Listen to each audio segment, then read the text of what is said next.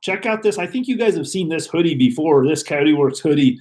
I really like these light hoodies like this, but also besides this one, they have camo color. So right now, at Lolo Overland Outfitters, they've got all the Coyote Works merch. We've got the Jeep Fire shirts. I don't know if you guys have seen that one.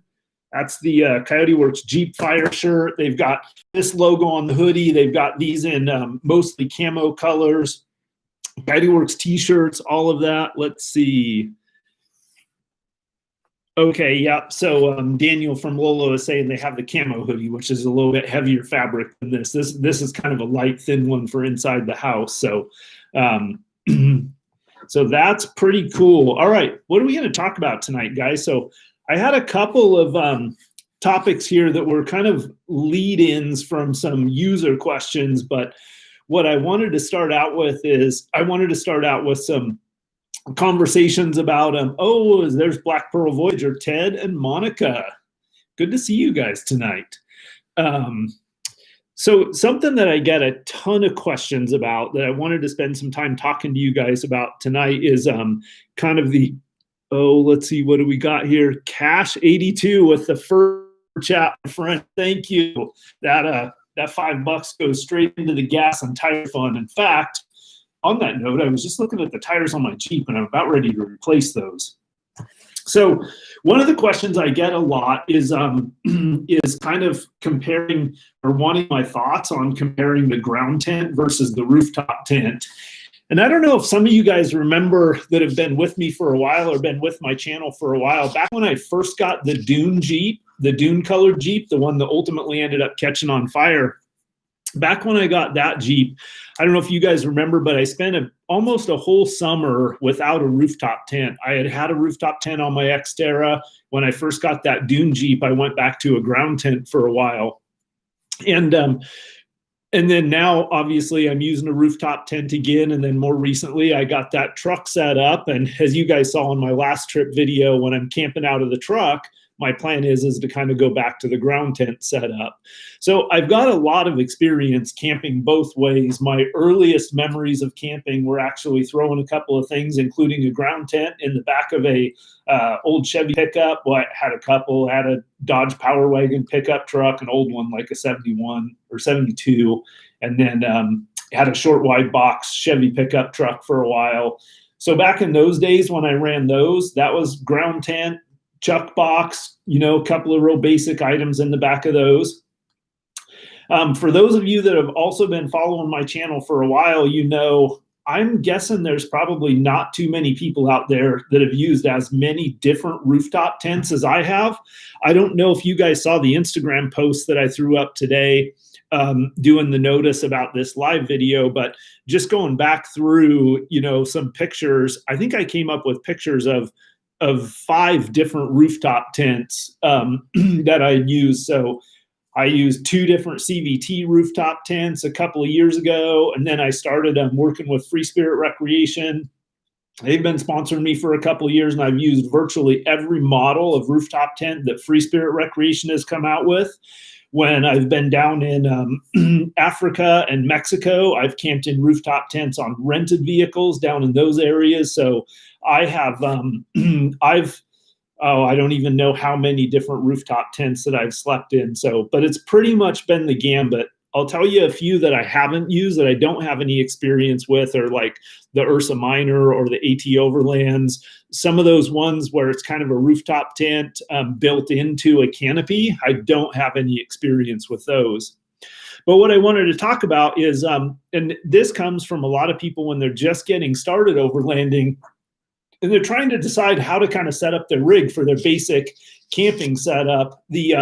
The question that comes up is, should they go right out of the gate the expense of a rooftop tent or a ground tent, and what are some of the advantages and disadvantages of each of those? So I wanted to talk a little bit about that tonight based on kind of my experience. So starting off, I'll talk a little bit about just rooftop tents in general. And I would say one of the most common dynamics that I see out there with rooftop tents is people will get a rooftop tent and then they'll say have an issue with something like condensation, or they'll be cold inside it or something like that. And so one thing I think psychologically that happens when a lot of people purchase a rooftop tent is because they're so expensive and because of they're somewhat permanently attached to their vehicle, I think a lot of people like psychologically think that a rooftop tent is something more than it really is. So the first thing that you have to understand about rooftop tents is at the end of the day, they're just a tent.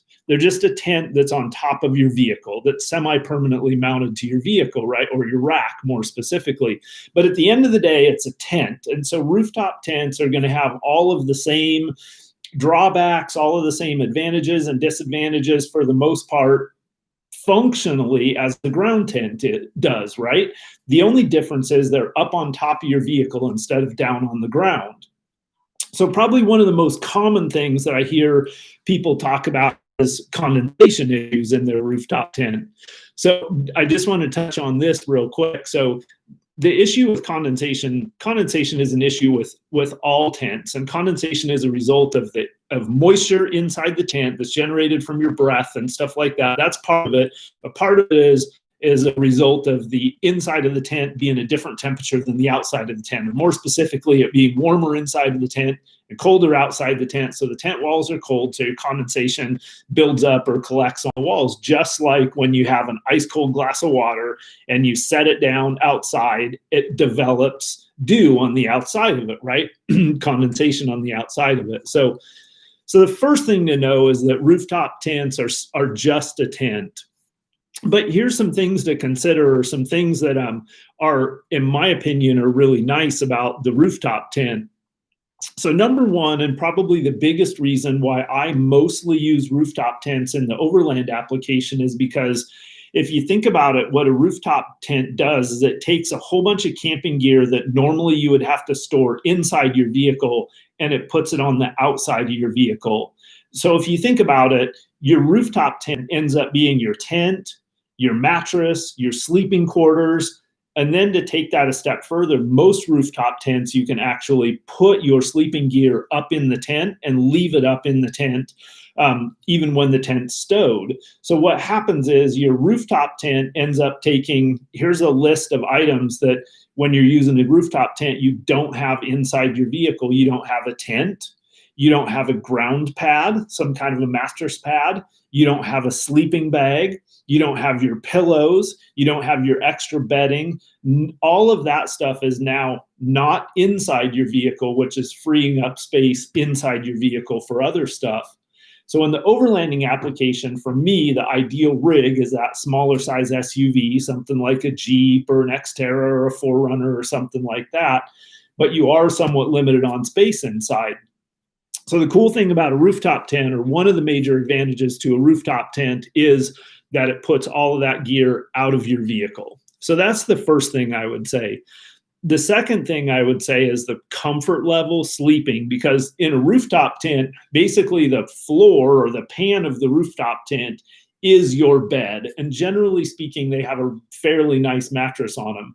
So from the perspective of sleeping, you basically can just sprawl out in the whole thing, roll over wherever you want, however big your floor is. Like I usually run 55 rooftop tents, which means they're roughly 55 inches wide.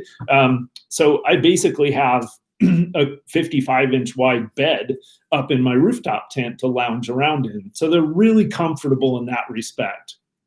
I would say another benefit of the rooftop tents is they are up off the ground, so it completely alleviates any issues or any worried about things like rattlesnakes or scorpions or fire ants or army ants or anything like that. You're just not dealing with any of that stuff because you're elevated.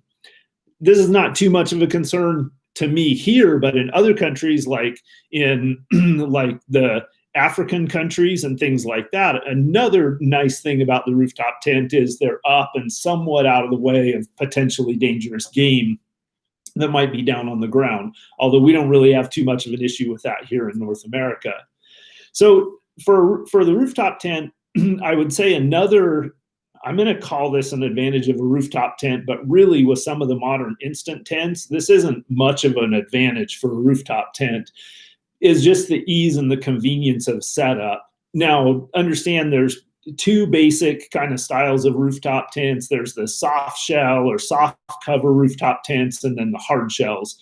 The soft shell ones, like the Adventure Series, the Free Spirit Adventure Series, the High Country Series, tents like that, you usually also have a cover over the tent. So that adds a little bit of an extra step as taking the cover off and putting it back on. So having said that,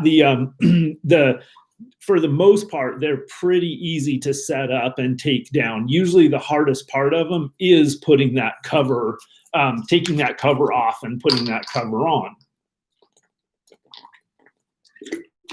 So now let's talk about the other side of that, or the other side of the coin, which is ground tent. And in the course of this, maybe we'll hit a couple of these potential disadvantages of the rooftop tent. So the nice thing about a ground tent, different from a rooftop tent, is a ground tent, you have the option of having like standing room in it. So to me, the big benefit and what I like about the ground tents is the ability to really have that like cabin-like or room-like feel to them, right? So like that new tent that I have, the Gazelle T4, the footprint in it is like approximately 9 feet by 9 feet or something like that. So, and then the headroom in it there's plenty of room that I can stand up in it. So I can basically set that up like a room, right? I can put my cot in there. I don't know if any of you guys watched that video, but I mean, it's basically it's a 9 by 9 room inside there.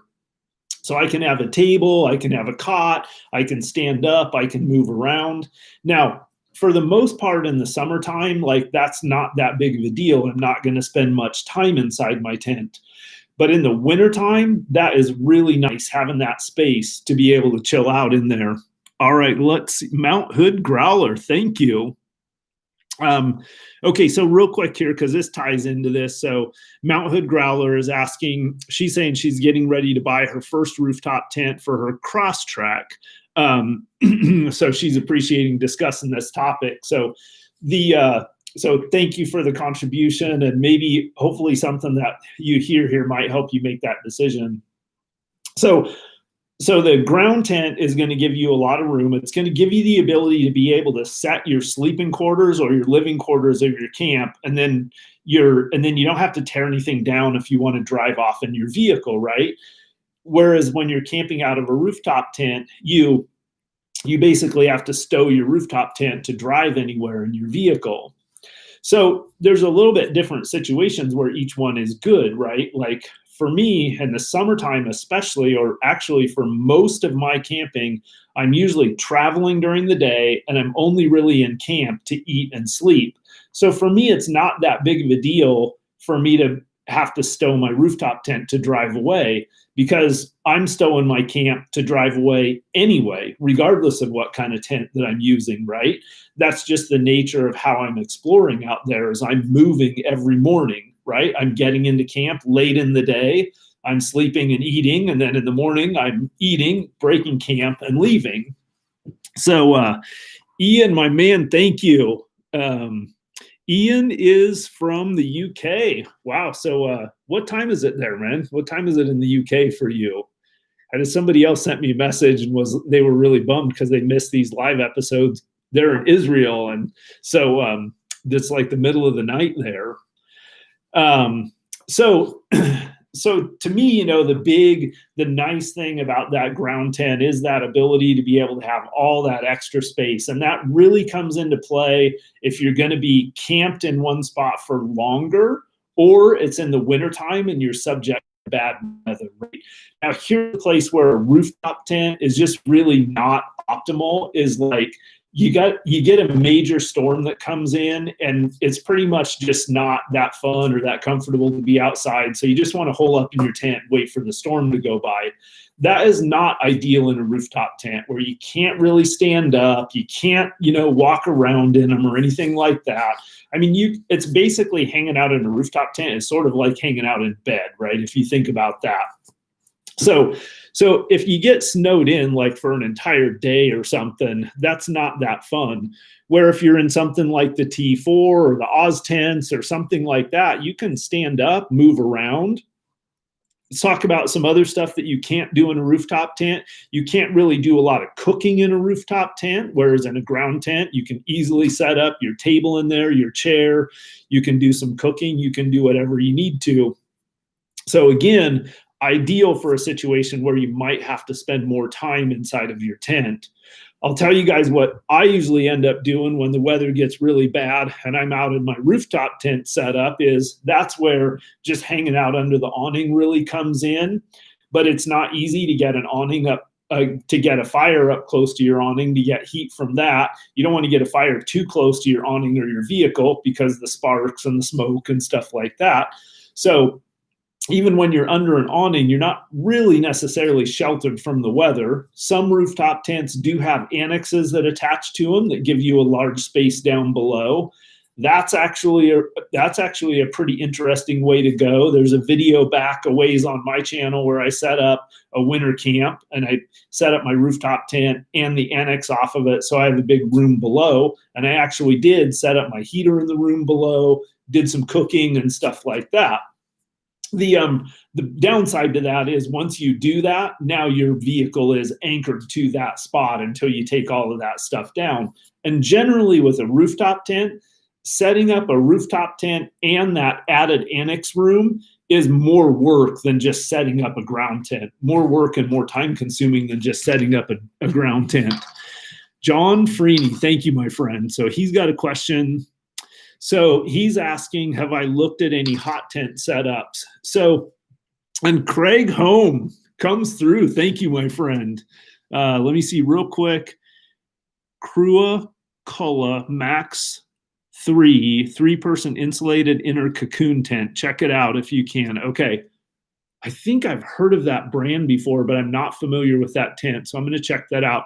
But real quick, I want to go back to John's question because it ties right into this conversation too. So John Freeney is asking if I've looked at any hot tent setups. And so way back when I was young, we used to camp in big canvas wall tents when we were elk hunting. And we would do that out in the snow and whatever kind of weather conditions. So we had actually, even when we packed in on horseback, we had stoves that would fit inside panniers or saddlebag or pack bags on the pack animals and stuff. So they were these, basically these folding stoves that folded up about this thick. And then they were, 2 feet by 18 inches or something like that. So as far as a hot tent goes, that basically was a hot tent, albeit an old school hot tent, big old canvas wall tents, 10 by 14, 12 by 14, 14 by 16, usually pretty big tents. But that was an awesome setup. Now, I have looked at some of the modern hot tent setups, but I don't have a lot of experience with them, like the smaller teepee tents with a wood stove jack and these smaller stoves and things like that. I do think that would be an interesting thing to experiment around with. There's another YouTuber over in Russia. I think his channel is actually Survival Russia. And I've watched him do some pretty cool stuff. There's this one Russian, I think it's a Russian bear tent or something like that. But it's basically a dome tent that you can put a stove inside. So, I think those are pretty cool setups. Another buddy of mine, Brett, with Warfighter Outfitters and Team Overland, he runs a nonprofit that takes veterans out on overlanding trips and fishing trips and things like that. He uses some hot tents. He's got a really nice, I'm not sure what brand it is, maybe a Kafaru, but it's basically like a really fairly thin ripstop teepee tent with a stove jack in it. And that looked like a pretty cool setup too. Now, I don't know how they compare. So one thing I would kind of preface this conversation on is when I'm comparing rooftop tents to ground tents, I'm kind of comparing like similar materials and heavy duty, like the rooftop tents generally are like 190 or 200 denier polycotton ripstop materials. So they're a little bit heavier materials. And so I'm thinking about those ground tents that are made out of similar things, like that T3 or T4 Gazelle tent that I'm using now. Like it's a fairly heavy fabric, not quite as heavy as most of the rooftop tents are, but reasonably heavy. So before, God, I have to tell you guys too, I might be just a little bit jacked up on coffee today. I was drinking coffee kind of late in the day while we were out there metal detecting and digging around in that yard looking for that silver. So I guess, those are, without getting too scattered, those are some of my thoughts on the advantages and disadvantages to rooftop tents versus ground tents. To make it really simple, I would say the application probably drives which one is ideal. If you're literally just like me, if you're doing trips where you're just rolling into camp late at night, oftentimes maybe even at dark or after dark, you need something that's fast to set up and all you're really doing is sleeping in it for the most part, then a rooftop tent to me is the way to go. It just doesn't get any better than that. Still here, okay, is asking how come I don't run extra lights on my rig? Seems like I'm always running into camp late at night. That's a really good question. And almost every time I run into camp really late at night, I ask myself that question, why I am not running extra lights.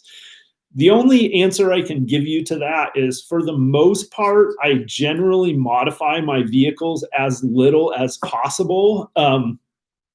And I couldn't honestly tell you a good reason why, other than I just kind of suffer from that old school mentality that the more that I modify a vehicle, the more I'm creating potential things to go wrong, right?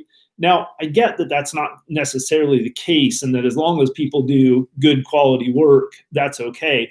But the other thing is I'm not really that adept at doing like vehicle wiring and stuff like that. So in order for me to have extra lights installed on my rig, I have to take it to somebody, like take it to my buddies over at Lola Overland, and it just takes effort. And usually it's just not. Alvin the Texan, how's it going, buddy? Good to see you, brother. Having said that, the when I feel like I need extra lights is such a brief little period of time. And I guess the flip side of that is that I have set up and tore down my camp. Charlie Foxtrot, my man. I have set up my camp so many times in the daylight, in the dark, in the snow, in blizzards, in things like that.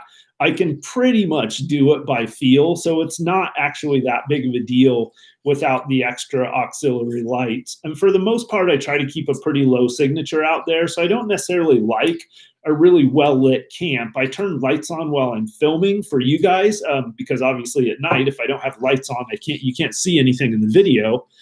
So I do that, but for the most part, I don't really run into that many situations where I feel like I'm super handicapped without the extra lights.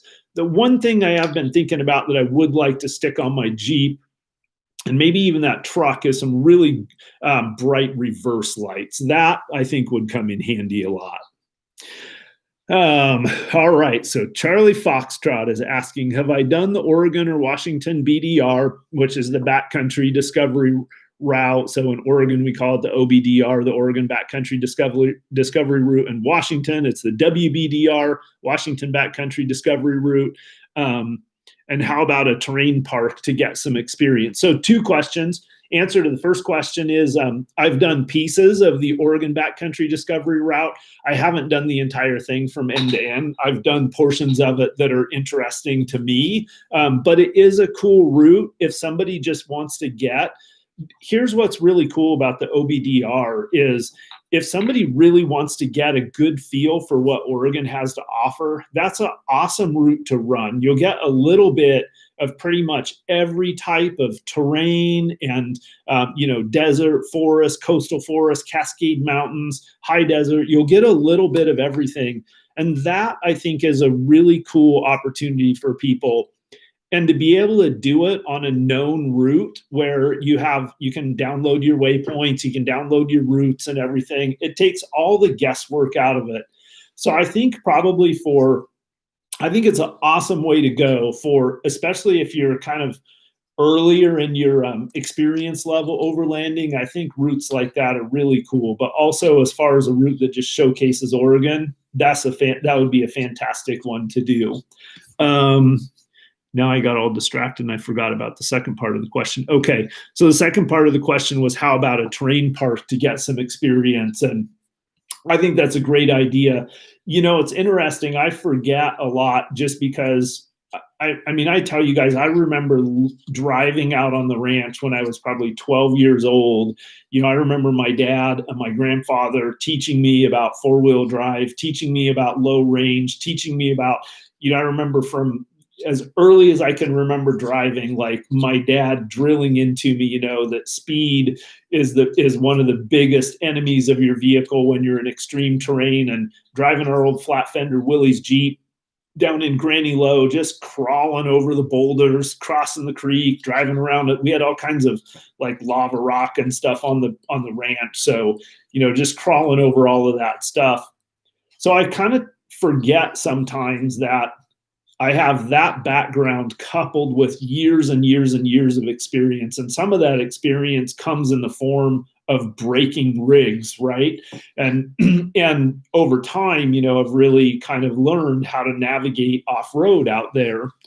Some good teachers, some good experience, all that stuff combined. But I forget that if you know, you come into this later in life, you don't necessarily have that legacy knowledge and experience like that. So that's where I think the terrain parks really come in as an awesome opportunity for somebody. Because what happens is it's going to take you years to get that level of experience when you're out there overlanding, right? Because you're not going to be in that extreme terrain all the time. So I think you can go to like a terrain park, a four-wheel drive off-road park, and within a couple of days get the same level of experience that might take you years to get out on the trail. And if you're going to make some mistakes, what better place to make them than a terrain park where you have recovery vehicles and all of that stuff right there. So I think that's an awesome way to go. All right. So I feel like I just blasted through that, guys. It must be all the coffee that I've had today. But before I get too far out, I wanted to see if on the topic of rooftop tents versus ground tents, did I miss anything? Do you guys have any questions about that? See, I'm just going to breeze down through the comments here. Diamond Divas, Pure Romance, always a pleasure to see you again. Dana, yes, funds, thank you. Yeah, appreciate it. And there is Scott Sterling. Let's see, and he's asking, do I think I will ever do a hunt substance exploration video? So a hunt substance exploration video. You know, I was thinking about this weekend because I was working on filming for you guys the video on my ultimate kind of my bug out survival inch pack, or what I call my EDLS pack, or extended desert living pack.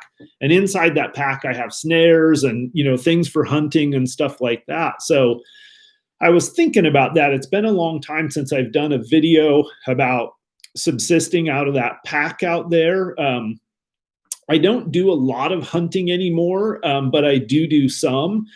So I don't know. That's a good question. I think in part that will depend on kind of the level of interest in that stuff. So if there's more people out there that really want to see, I'm definitely open to doing it. I mean, I personally enjoy it for sure. So then the next, Charlie Foxtrot, another question. This time of year in Western Washington is wet. Do you need a second rig for help? I have a skid car and high performance experience. Man, Charlie, here's the situation. Yep, the wintertime is definitely more complicated. And I do. There's a couple of guys, Oregon Mike, who's modding on here, Nate Zoinks, Off-Grid Recon on Instagram, Tex Pat that's on here, or as I call him, Raptor Dawn. There's a handful of guys, Matt with the Toyota, handful of guys that are generally I can put together trips with. But it is true, there are trips that I want to go on that I want a second rig for. There's some places that just get too remote, or to your point, Charlie, this time of year, it's really about the trail conditions being so unpredictable. It's hard to get very remote without having that, or let me say that a different way. It's very risky getting very remote without that second vehicle with you. I really like that scenario. 2 vehicles together is optimal out there because you come to rough stuff, you can send one forward while the other one hangs back. Then you've got a way to be able to, get yourself winched back out or snatched back out of a situation. And then also you have that backup. If one vehicle is completely disabled, you have another one to potentially get you out of there. So yeah, man, Charlie, that, stay in touch. And if the Axe Overland, yes, you are late, buddy. Axe Overland is saying he loves his iCamper Mini, though, and looking forward to trying the Ursa Minor. Okay, so this brings me to, by the way, Axe Overland, I wanted to thank you, man, for all the cool stickers. I actually have them sitting right here, the patch. So if any of you guys aren't familiar with Axe Overland, I actually initially stumbled across him or got connected with him on Instagram, DM'd back and forth a couple of times, but cool stickers. But I also recently discovered his YouTube channel. So go check out the Axe Overland YouTube channel. And one thing I'm really excited about, and correct me if I'm wrong, man, but I just was watching one of your videos today, and it looks like you just got the new diesel Jeep Wrangler JL. So I think that's what you're planning on putting the Ursa Minor on, and I'm really excited to see that come together, man. Really interested in seeing how that diesel Jeep works. I think for those of us that like Jeeps, the diesel version is awesome. Another friend of mine, Brad from Trail Recon, has the he has the diesel Jeep as well. So those things are pretty spendy. I'm kind of a small channel, so it might be a while before I can get myself into one. But if they work out really well, I think that's almost the awesome. Charlie, man, the wife is calling. Well, hopefully that means you got a really good dinner waiting for you. But thanks for hanging out as long as you did, my friend. It's always good to see you here. All right, so Camping Mike Overlanding. Good night, everyone, man. Hey, Camping Mike, tell Buddy I said hi and tell Wendell I said hi. Oh, so Axe Overland says that he also has a 2009 diesel Jeep in the UK. So that's pretty cool. So I wonder if, so are you from the UK that you have that? Or you just hang out over there sometimes? All right, so I see Mount Hood Growler is also asking a question. I think she or he, whichever the kid, looks like the profile pic is a she, is asking about any preference between the clamshell as far as the rooftop tents. Let's see, any preference between clamshell versus flat top. Okay, so here's the situation. The clamshell, and if by clamshell you mean the ones that fold all the way over like that, that would be like the High Country series of tent versus the Adventure series that's just a flat pan, and the rooftop tent folds up from there. I prefer, because they're lower profile and they're generally a little bit easier to set up, I prefer the flat pan rooftop tents like the Adventure series.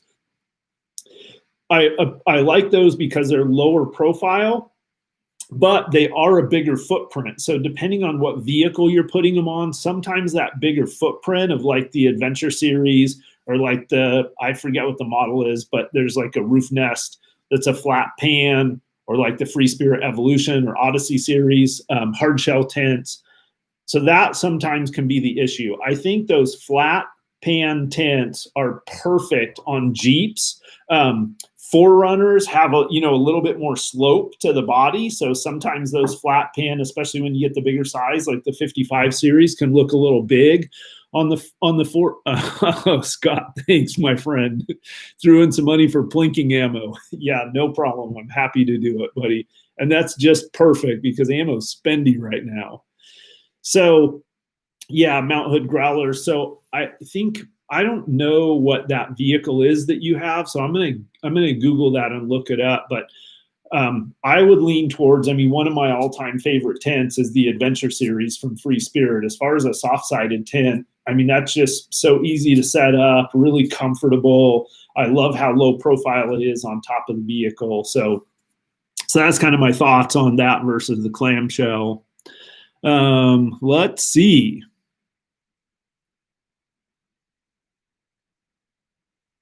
All right, so it looks like we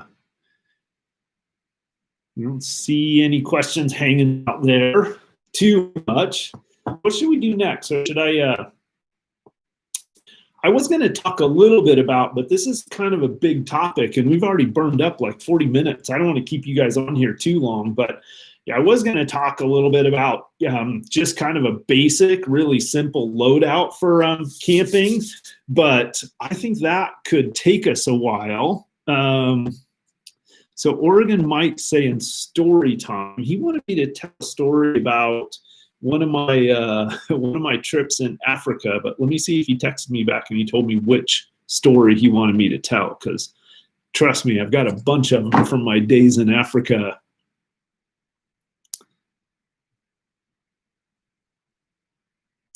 So Daniel Andrus is saying if I ever make a trip to New Mexico, he would drive over from Texas for a couple of days. Some good camping spots there. He and his wife like going there. I definitely will be doing that at some point. Man. Okay, so Andy is asking a question. Ground tent with a floor or no floor? Okay.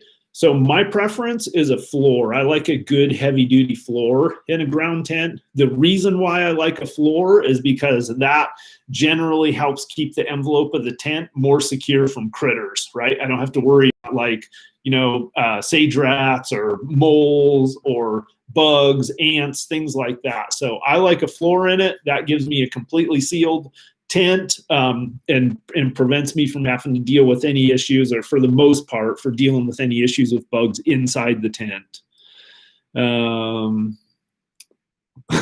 Oh yeah, so Oregon Mike's, oh, I know what he's talking about. So all right, so story time here. So all right, I'll see if I can do this story justice here. I think the situation that Mike is asking about, so this is going back a few years now. So I'm down in, I started out in South Africa.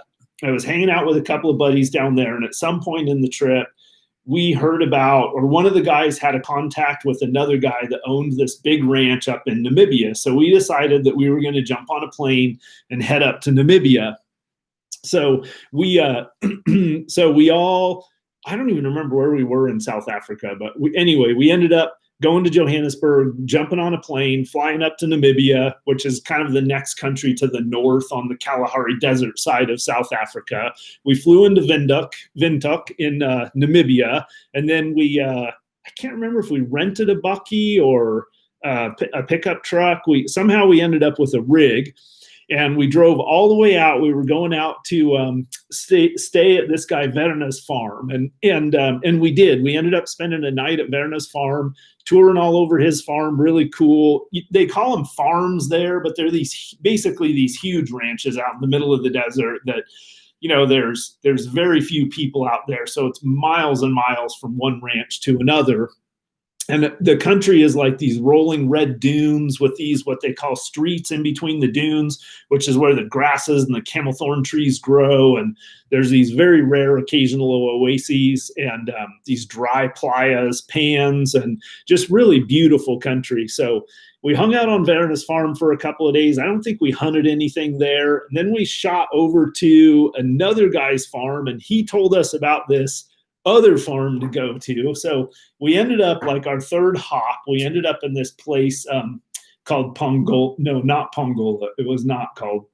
Etienne was the guy's name that owned it, but I cannot remember the name of the place. But anyway, it was basically set up a little bit more like a safari business. But we rolled in there that night, and Etienne was like, and asked us if we wanted to go hunting. So we decided, yeah, we were going to go hunting. So we got some rifles. Etienne had some rifles. So he set us up with some rifles with suppressors. I think I was shooting a bolt action Winchester 300. And he said, yeah, go out and shoot a couple of Hemsbach. He needed meat for his other guests over on kind of the wildlife safari part of the farm or whatever.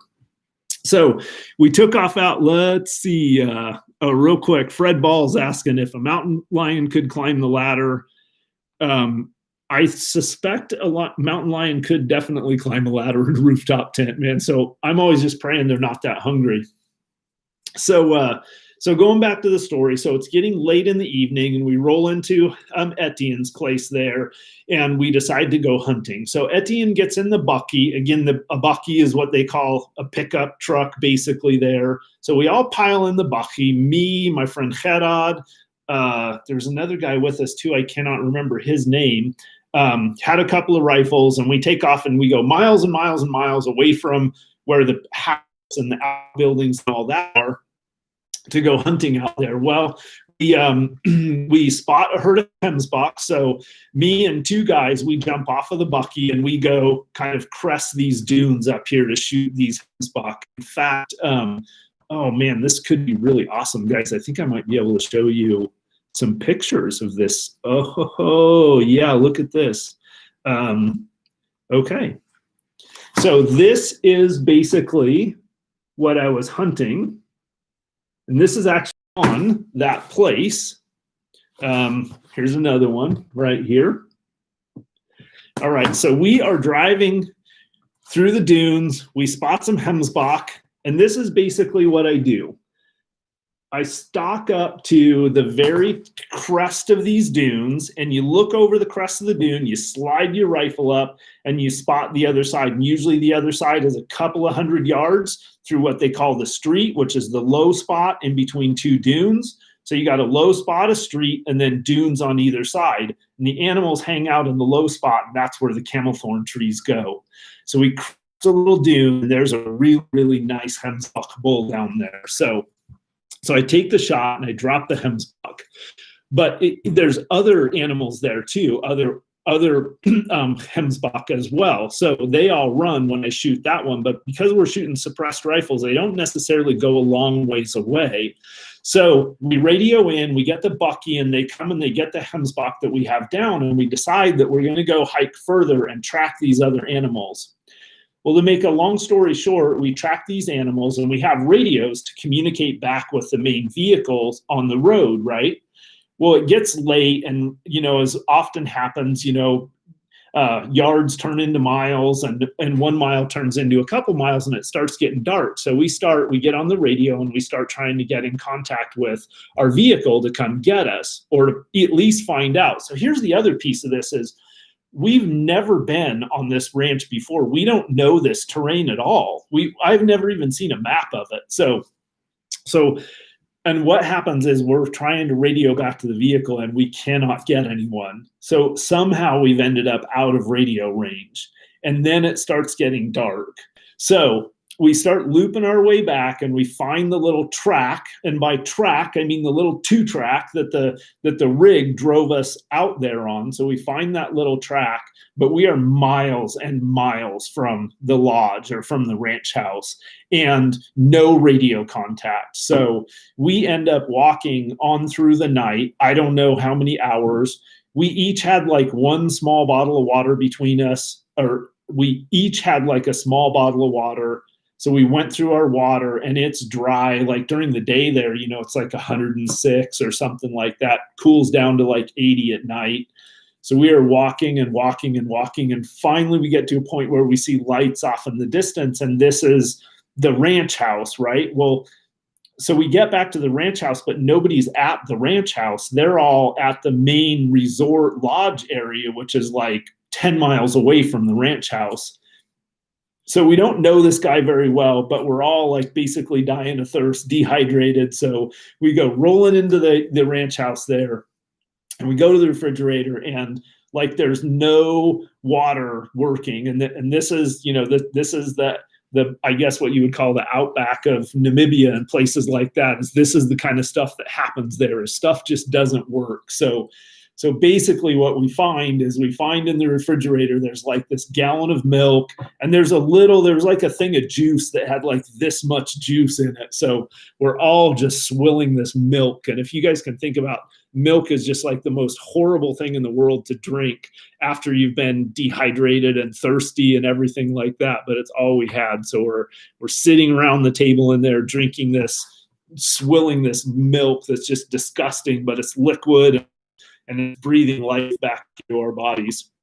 By the way, that is also the place. So this is actually the house where that happened. And that is Etienne's house cat, right? So that is a cheetah right there. That was Etienne's cheetah.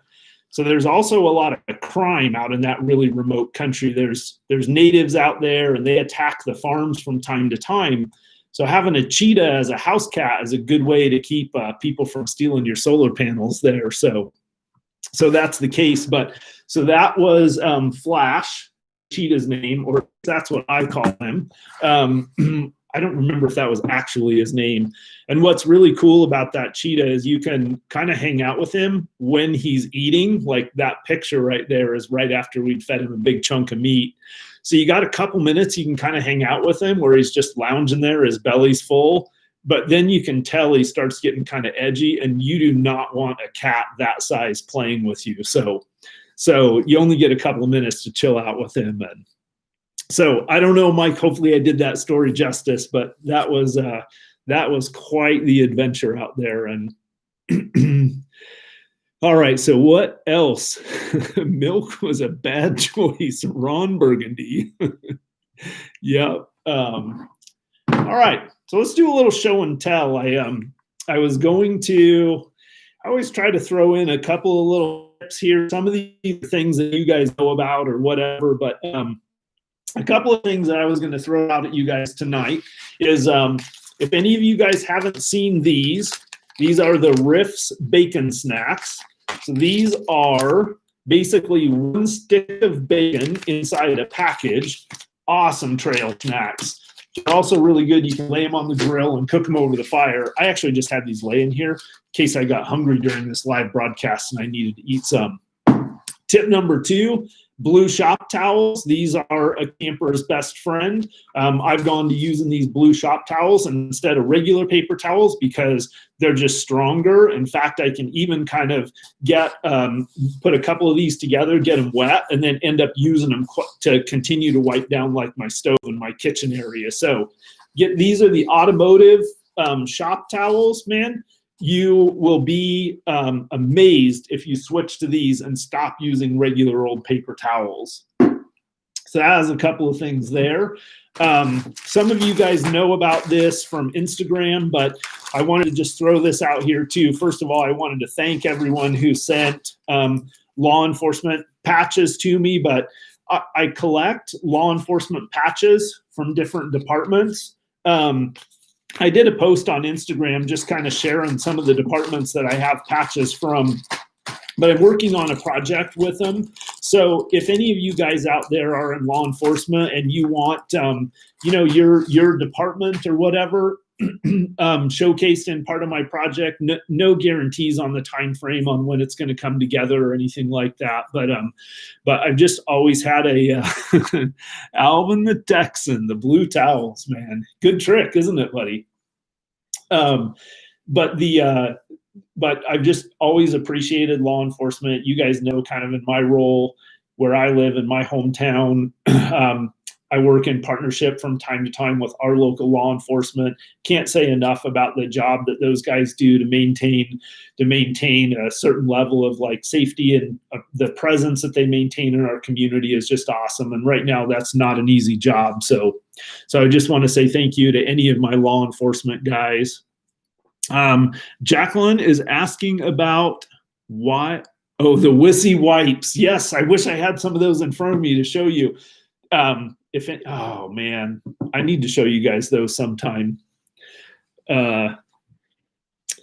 So let me look at the list here.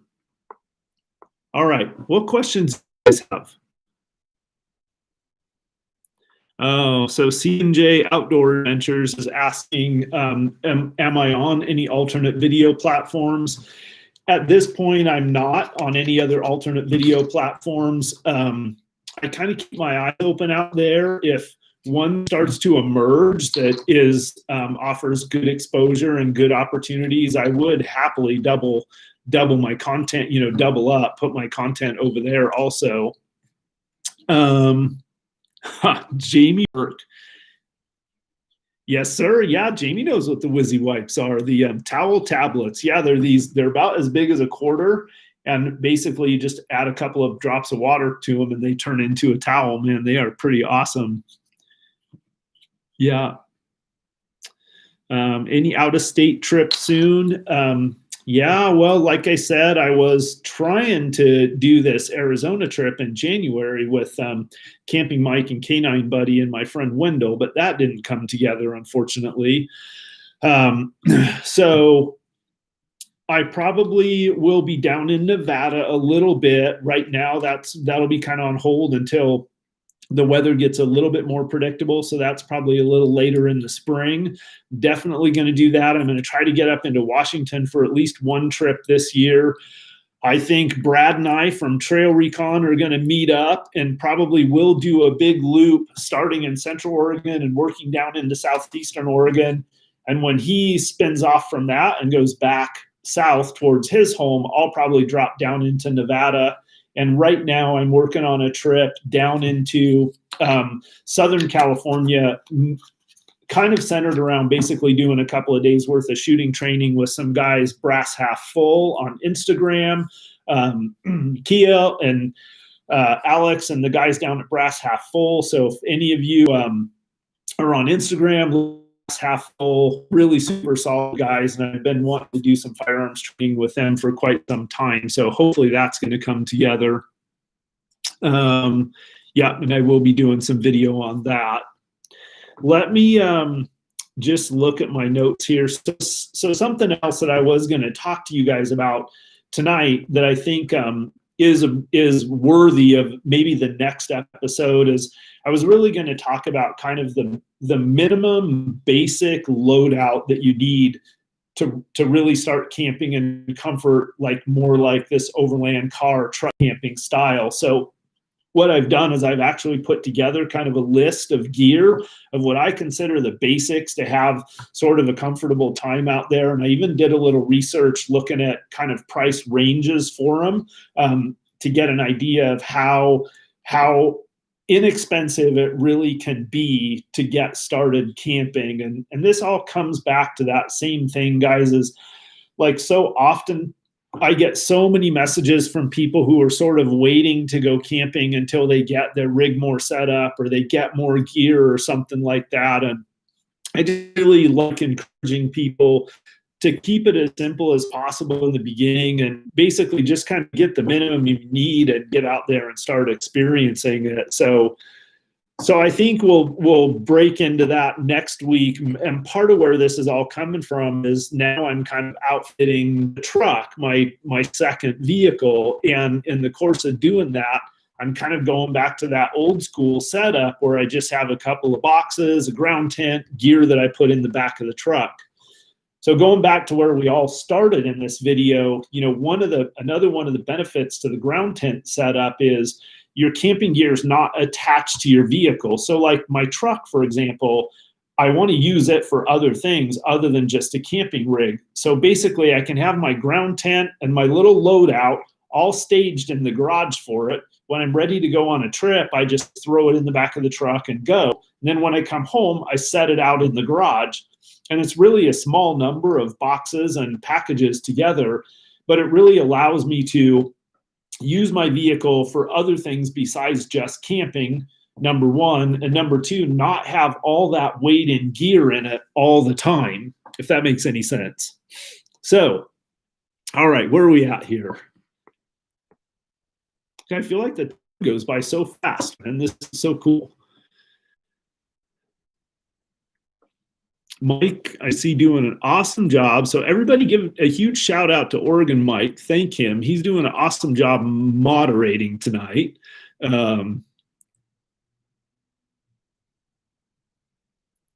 Sorry, guys. I'm just breezing down through the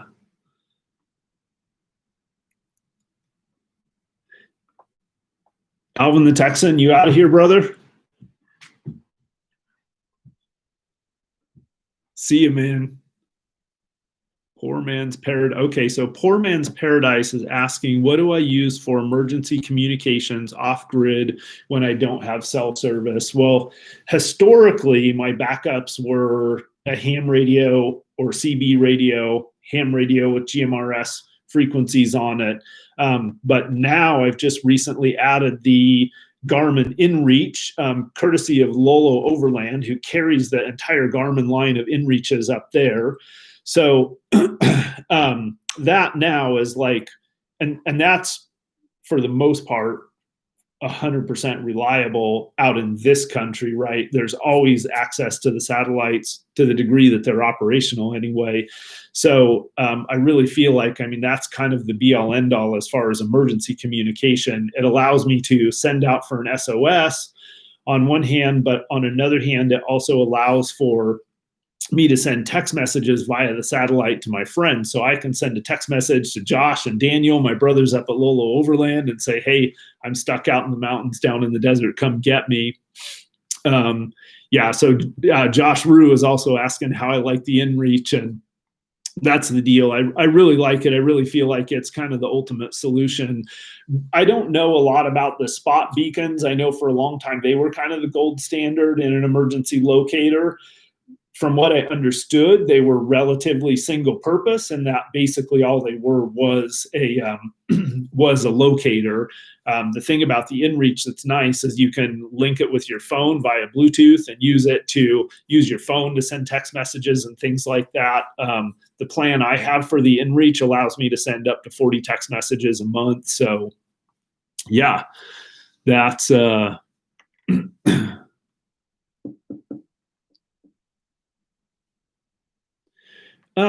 Jamie Burke, man, you got to explain a little more about that comment. So Jamie's saying, get some WPSN subscription if you like firearms content without the commie YouTube. Yeah, I do like firearms content, and I don't like commies.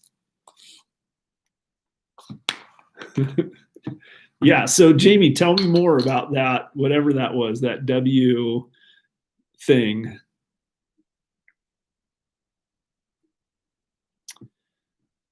Okay, so Scott McDonald saying that the Spot, I think, could send a couple of pre-programmed messages, so it did have that.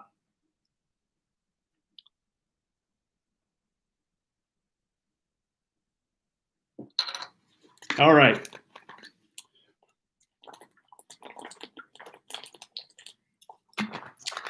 Hey, I just happen to have one more piece of gear sitting here that I'm going to show you guys. So a lot of you are familiar with the Free Spirit Ready Light that I use, but not too long ago they came out with this lantern too. It's a rechargeable lantern, and so this is the reason I have it in the house is because I was plugging it in, charging it up.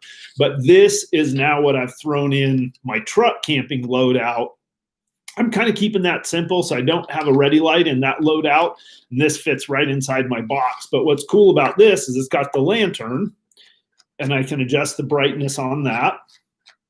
So it functions just like a lantern, but it also has the same detachable pod lights that the Ready Light has. And the nice thing about these is they also have an amber light source, but these have hooks on them. They can detach, and I can hang them up in my tent. So I set this lantern or hang it one place in my tent. It can hang as well. And then I have these little area lights that I can put different places inside my tent, or even they're magnetic. So I can magnet them like to the outside of my Jeep to have light in a certain area or something. So pretty cool little piece of gear. Oh, Sarah Woodruff saying WPSN equals the Warrior Poet Society Network. So I know that dude. I watched that Warrior Poets videos, but I didn't know that he had a network where he was. So does he have like something where he hosts other people's videos as well? Matt is asking how much is the lantern, and I'm sorry, buddy, I don't have any idea how much this lantern is. If Daniel or Josh from Lolo are on here, please tell Matt how much this lantern is. I don't think they're that much money. But I just can't remember. But anyway, it's a cool piece of kit. What I really like about it is these same Ready Light pods that I can use around. It's relatively compact for the amount of light that it puts out. It does also have a Bluetooth speaker on it. For me, that's not really a big deal. I'm not really into listening to music or stuff like that when I'm out in the woods. I like to hear the sounds of nature and the coyotes and things like that. So anyway, I thought I'd show you that. One other thing, this was a user question, is a lot of people had asked about the camera that I use. So I know I've showed you guys this before, but this is basically the Canon M3. The reason why I like it is it's nice and compact. This one is wearing out. Does have the screen on it that flips around. You can kind of pull it out different angles, but then you can also flip it forward facing. This one is wearing out, and I think I'm about convinced to get the Canon M50 Dirt Bandit Outdoors. I think maybe Nate Zoink. Several people have been kind of feeding me information about that M50, and it seems like that's going to be a good camera for me. Let's see. Scott Sterling is asking, is it 4K? This one is not 4K, and I'm not sure if the M50 is, but here's the thing, is about the maximum quality that, for the most part, I'm uploading to YouTube. Well, not the max, but I'm mostly uploading at 1080 to YouTube. So, I don't know, 4K is getting so big, I really start running into storage issues. Jacqueline is asking if I'm coming to the Michigan Coyote Run. You guys have coyotes in Michigan? When is it? Odie Slim has the M50. Awesome. And he's saying you can't go wrong with it.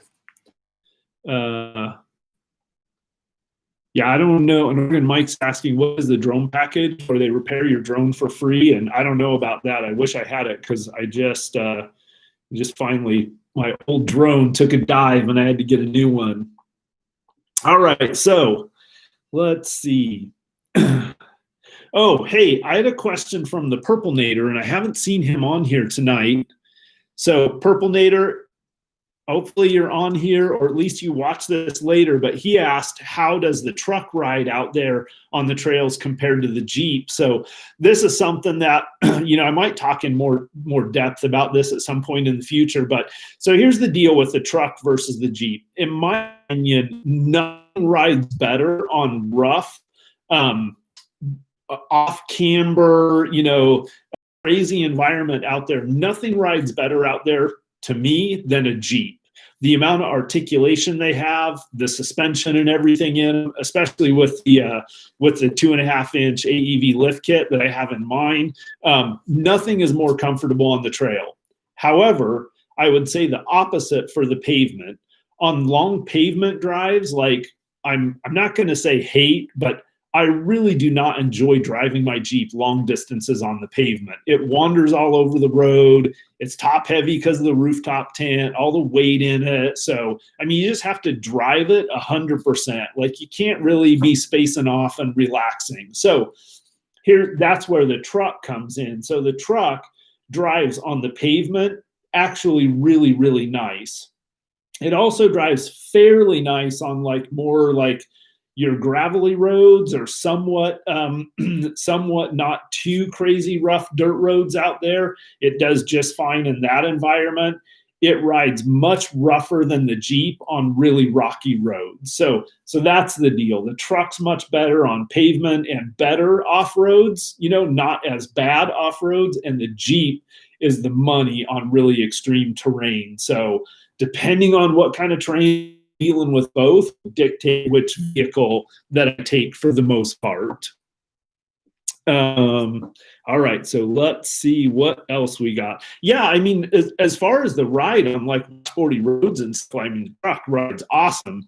It's just when you get in that, really, it doesn't have as much travel, and it's not as soft as far as bigger articulation, like to roll over, rocks like that big and things like that. So wanted to do a couple of shout outs. C_N_W Outdoors asked me if I was thinking about putting a rooftop tent on my truck. at this point, I'm not planning on putting a rooftop tent on my truck. In the near term, I'm going to do the ground tent and load out of the back of the pickup truck. That's my short-term plan. In the long-term plan, I'm kind of looking at maybe potentially a pop-up camper type of a thing like that for it. But I'm on the fence about ever really going there or not. So, but I'm not thinking about a rooftop tent. However, I do reserve the right to change my mind on that. Yuri Taub is the friend that misses the live stream because he's there in the middle of the night in Israel. So Yuri, I hope I'm saying your name right, man, but I'm sorry that you miss him, but I don't know what time I would have to do him, so you could hit him during the day. Overland PE for suggesting the name Vernlander for the truck. So that was really cool, man. He, on the last video, he left a comment and he suggested that the truck be hereby dubbed the Vernlander. Vern, for those of you who know, is my grandpa's name. So I'm happy to do that. So that was an awesome suggestion, man. And then Jim Price asked about the quality difference with these live videos versus my produced videos. So apparently the sound and everything is not good on these live videos, or not as good. And that's just a function of these live videos I'm doing right off of the webcam and the built-in microphone off of my laptop. Hopefully somebody like Black Pearl Voyager or somebody like that is going to help me with some technical consulting, and we'll get these dialed in a little bit better and get the quality upgraded a little bit on them. Sky Barnum was a guy that told me a story about, he met a guy out by Winter Rim, and Winter Rim, for those of you who don't know, is down by kind of Silver Lake, Summer Lake area down there. And he said he ran into an old cowboy out there that told him a story about, as a unit of measurement out in this country, the old cowboy used a look. And I've heard that before from some of the old guys. And basically what that means is, a look is as far as you can see. So they would say, you go about 3 looks to whatever butte over there, and that was an idea of distance. And I hadn't heard that in a long time, but I remember hearing that from the old cowboys when I was young. So that was kind of cool that he brought that up. A couple of things coming up. Like I said, I just was out filming yesterday. I think I finished up the Bug Out Inch Pack Extended Desert Living System Pack video. So I'm going to show you guys that pack that rides around in my Jeep, go into the contents of that pack, and it's basically my system that's designed to keep me alive for a couple of days if my if my Jeep goes down on me on a trip out there. Josh Rue, man, thank you. Thank you. Josh says, love the channel, Casey. Keep up the good work. I absolutely will, man. I absolutely will. As long as there's still a few of you hanging around that are enjoying the content, I'll keep doing my best to keep pushing it out there, man. And the support really helps a lot. So definitely want to say thank you to everyone who's done the super chats today. This has ended up being a really nice extra help going towards my channel. So just want you guys to know that you're helping out a bunch. And every contribution, I'm a small channel, so every single contribution, whether it's $2 or $20 or whatever, means a lot. They all add up and they all help for a channel my size. So I've got the Bug Out Inch Pack video coming up. Talk a little bit about my my infatuation with the zombie apocalypse scenarios. I've got a video coming up that'll be a detail on the loadout for the truck. I want to get one more trip in, which obviously I'll do a video on, but then I'm going to actually do a video on specifically on the loadout for the truck for you guys. And then again, just looking forward to doing some of the old school car camping out the back of the truck. And I've got a pretty good list here of topics for future Camp Talk videos, but really appreciate the suggestions, man. Dave S. just suggested that I talk about how to code and categorize waypoints in my GPS apps. That's actually a really good question, because the more you explore, the more tracks and waypoints you get built up in your Gaia or whatever. And so organizing those does become a bit of a challenge. So I'll share with you guys in a future video what my system is for that. And then, man, hit me up with whatever questions you guys have. Theodore Conrad just asked, have I ever seen a cougar on my travels? I do see cougars occasionally. I would say probably on average, one every other year or something like that. In this country, they're pretty elusive animals, so you definitely don't see a lot of them. But I do run into them occasionally. Interesting. Well, shoot, I don't want to take too much time here, but I have an interesting story about a cougar.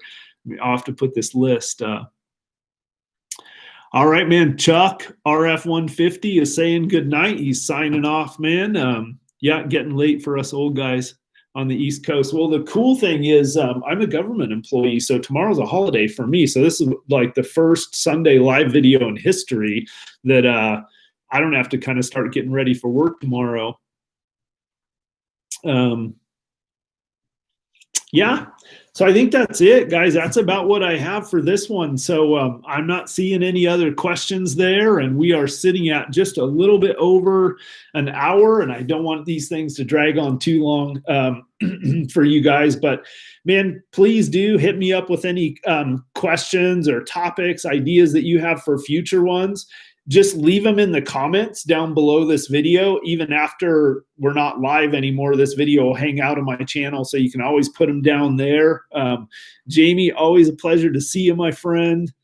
Scott Mark, good to see you again, man. You've been around here. And Sarah, St. Louis Arch, hang on. Use a quilted rooftop liner. Okay, so this is a great question. Real quick, St. Louis Arch asked if you use a quilted rooftop tent liner, is condensation less or worse? So here's my answer on that. It's usually less, because the layers that they traditionally use in those quilted liners are much more breathable and will allow the air to permeate the layers. So my experience has been the same thing with the tri-layer tents. The tri-layer fabric, generally much more breathable and allows that moisture to get through to the outside. Awesome. Jason Perry says he likes the video. Guys, I'm sorry. I feel like tonight I was just kind of all over the board here. I don't know if it's like the too much caffeine or what, but hopefully you got a little something out of it. I know I enjoyed hanging out with everyone. It's always cool, too. I get distracted. Dave S., good night, my friend. Greg, ADV with Roscoe is here. Awesome. Overland, Alberta, good night, my friend. Jason Perry, Jamie, Adventure Two Wheels, have a great evening, man. Yeah, I will definitely enjoy the extra day off. Rory Calhoun, take care. Sean Squatch, PNW is on here. Man, I've been missing you. Dude, all right, so everybody say hi to Sean Squatch, PNW, man. We go back a long ways, man. We did a lot of old school bushcraft camps together, and we definitely need to do that again. I was just thinking about you, buddy, because I was thinking about doing a little bit more of a bushcraft trip again. So, all right, guys, I keep getting distracted. I got to get out of here, man. Black Pearl Voyager, have a great night. Patty, always a pleasure. Craig, appreciate it. Berkson, you guys all have a fantastic evening. As always, I really appreciate your support. Thank you so much to everyone who did the super chats, man. Like I said, that's a huge help. Really appreciate all the contributions to the PayPal donate. I'm working on some ways to kind of recognize you guys that make contributions to the PayPal donate button.